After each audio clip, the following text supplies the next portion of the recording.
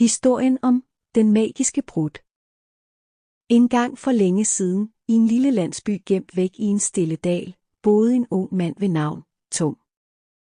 Han var flittig og venlig, og alle i landsbyen elskede ham for hans hjælpsomhed. Men Tom havde en unik egenskab, som ingen kunne glemme, hans prut. Den lød som et tordenskrald, og nogle gange var lugten så stærk, at folk nærmest løb for livet. Selvom Tom var lidt flov over dette, levede han et lykkeligt liv i landsbyen. En dag skete der noget uventet. En kæmpe drage fra en fjern dal fløj til landsbyen. Den var enorm, dens skæl glimtede i solen, og den sprøjtede ild ud over alt, hvad den kom i nærheden af. Dragen brølede, giv mig mad. Hvis I ikke gør det, vil jeg brænde hele jeres landsby til aske. De forskrækkede landsbyboere flygtede i panik. Nogle forsøgte at stille mad frem til dragen for at berolige den, men det var ikke nok.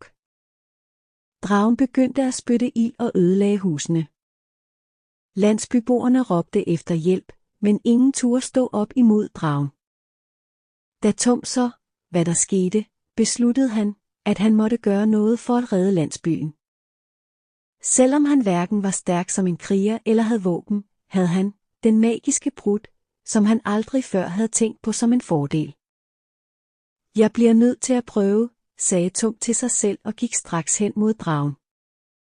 Da dragen så Tom komme nærmere, lå den hånligt, du lille menneske, tror du virkelig, at du kan stoppe mig?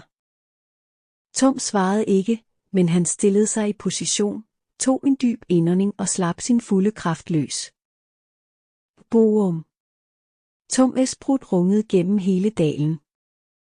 Vibrationerne var så kraftige, at dragen vaklede baglæns, og dens skæl begyndte at ryste. Men vigtigst af alt spredte lugten sig hurtigt og omgav dragen. Dragen begyndte at føle sig svimmel og skreg, hvad er det her? Jeg kan ikke holde det ud. Den forsøgte at flyve væk, men Toms prut blev ved med at påvirke den, indtil dragen faldt om af udmattelse. Jeg er ked af det. Jeg lover aldrig at komme tilbage. Bare stop, jeg beder dig, græd dragen og svor aldrig at skade landsbyen igen. Derefter fløj den langt væk og blev aldrig set igen.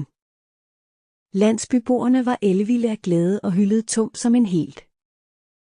De sagde alle, hvem skulle have troet, at en prut kunne redde os. Fra den dag blev Tom en legende i landsbyen, og ingen drillede ham for hans prutter igen. De vidste, at i tider med nød, kunne en ganske almindelig mand som Tom og hans magiske prut redde dagen. Slut.